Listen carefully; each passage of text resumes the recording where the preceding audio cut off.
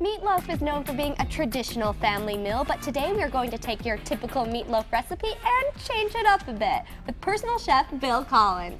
Thanks for being here again, Bill. Thank you. Now, I'd shake your hands, but you're gloved up. I'm all gloved up. Why are you all gloved up? Well, it's kind of a little sanitation kind of thing, but the big thing is when you're handling raw meats, raw burger or whatever, I like to use the gloves in the kitchen, but especially when you're making a family meal, you can get distracted and be called away at a moment's notice. You don't always have time just to wash your hands off and go attend to a child. So this way, just pull off the gloves and you're ready to go. So it really serves a dual purpose, why you're doing it and if you need to leave quickly. It's one of my phobias, you know, the salmonella or the E. coli, so you can never take too many precautions. Absolutely. And you don't want that all around your house and all over your kids. That's just a gross situation. Cooked is perfect, not cooked, not so perfect. Exactly.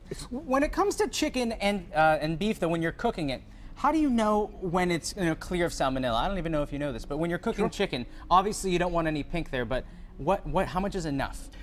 If you're roasting a chicken, if you're doing the whole bird, about 175 degrees. You take an instant read thermometer and you check it out. If you don't have one, you can stick a fork in the side and the juices run clear. Now, when it comes to, and this one I've mixed up, I've got two. One in the oven, and this is a poultry, this is a turkey, ground turkey meatloaf. The one in the oven is a beef one. So different temperatures. This you want to be 165, 170 degrees. Now again, if you don't have an instant read thermometer, cut it in half. Nobody's gonna say, gee, my meatloaf's cut in half, and complain. They'd rather have it done safely. Yeah. So just check it that way. And so the beef one can go a few degrees cooler, but you want to cook through. Always want to cook through for safety, because nobody ever said, I like my chicken medium rare. That's true. So this way Nobody said that. You want to cook safely, absolutely.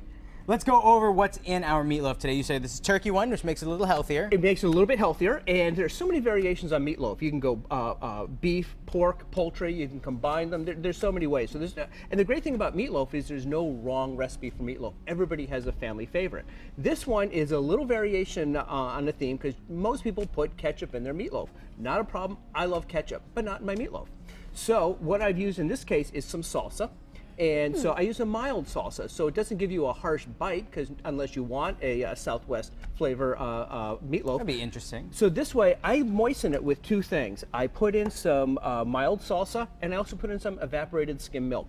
So just keep it a little liquidy. Now, the turkey meatloaf is going to be a little looser when you mix it up. It'll dry out a bit. Is that because there's less fat on it to congeal to other things? Yep, absolutely, and also different types of meat. So yes, that you're absolutely right. The second piece of that is that a lot of people like to use breadcrumbs or take some bread and soak it, and the advantage of those is number one, it binds it together, but also it stretches it out the meal a little bit so you can feed more people, especially with a family.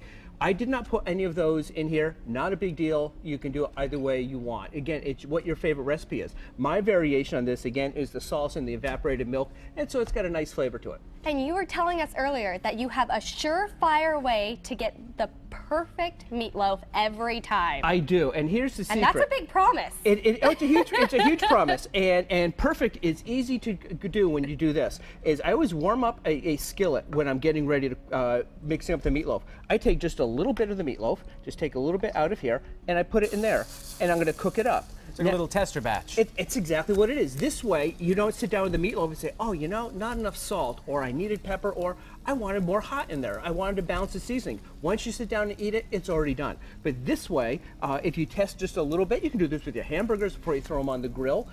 You can do it any kind of a mixed up meat like this that you want, a ground beef that you want. But this way, you get the flavor, and there's no question about it. You can say, that's the flavor I want, and you won't be disappointed. Every time, it'll work. Bill, take us through some of the ingredients that are in this that people at home might not put on their everyday meatloafs. I've got the salsa, and I use this. Also, I put it on top of the meatloaf. Instead of the ketchup on top, too. Exactly. Instead of trying to come up with a gravy or a sauce, just a little bit on top. I also put in Parmesan cheese.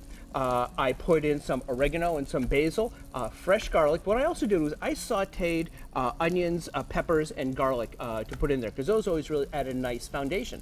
Now, if you've got kids who say, I don't want to go near vegetables, because kids sometimes do that, You can do two things. You can skip them, still a very good meal, or grind them up, put them in a food processor, or chop them up real finely. And they won't taste it. Sneak them by the Deceive kids. your children. I know, you snuck veggies in on them. Exactly, and it works every time. Well, most times, and the flavor's still there. So again, so you can balance it any way you want. I've also got a couple of eggs in there, and I talked earlier about how the breadcrumb binds it together. Well, eggs do that too, because think of cooking a scrambled egg. It congeals, it coagulates rather, and it all comes together. Same thing. It helps bind the meatloaf together by throwing a couple of eggs in there.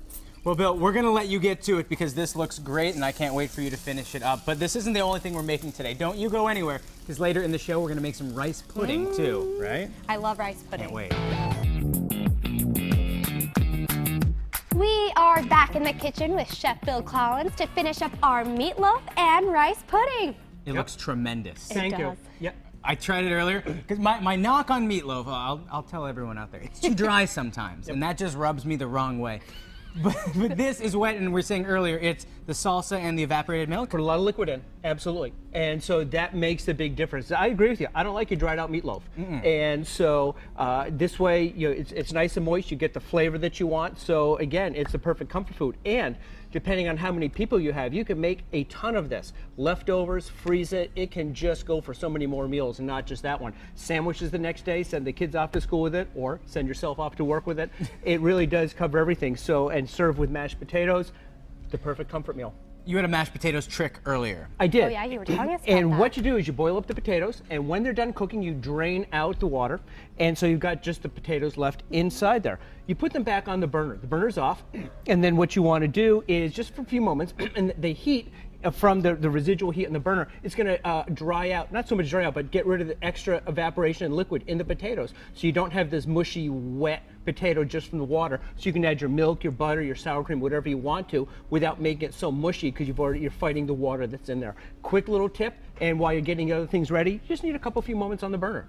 Great, and for those viewers who are just joining us, this meatloaf is different because you didn't use ketchup, you used salsa. I use salsa, and again, a mild salsa, because some people say, gee, spicy meatloaf? No, it's very mild. No, it's not. You can hardly Exactly. So, and it also looks good because you got the little bumpy things of the, that's a Bumps. culinary term. Bumps You know, the look good on meatloaf. peppers, tomatoes. Sophisticated culinary term. I think it's French. It may we. I'm not. And so, Oh, there you go. And so you've got the look of it, but also it gives you that moisture and not a bite that you can use hot salsa if you like. If you like zip in your meatloaf, start out with the mild, and then you can adjust the flavors. So we have the family style dinner and the family style dessert. Tell us how you made the rice pudding. The rice pudding was easy. Throw all the ingredients in: the milk, the small grain, the short grain arborio rice, some sugar, some cinnamon. Simmer it 35-40 minutes, stirring occasionally, and you're done. And That's it. there you go. And we've added some beautiful strawberries on top. We were talking earlier that you could put almost anything on top of rice pudding and it will taste good. Exactly. And also, the local produce is coming up. Our local strawberries will be up within a month or so. So you can just really make this a local flavor dish all summer long. That's my favorite time of the year when those local strawberries come up and the asparagus comes up. It's about, 3 weeks a month from now? We're getting very close, yeah. I can't wait. Yeah. Well, Bill, thank you. I cannot wait to dig in. These look absolutely tremendous. And you've made me a believer in rice pudding. Well played. You did it, well Bill. played, Chef Bill. Moist meatloaf and rice pudding. See, this is like my dream day.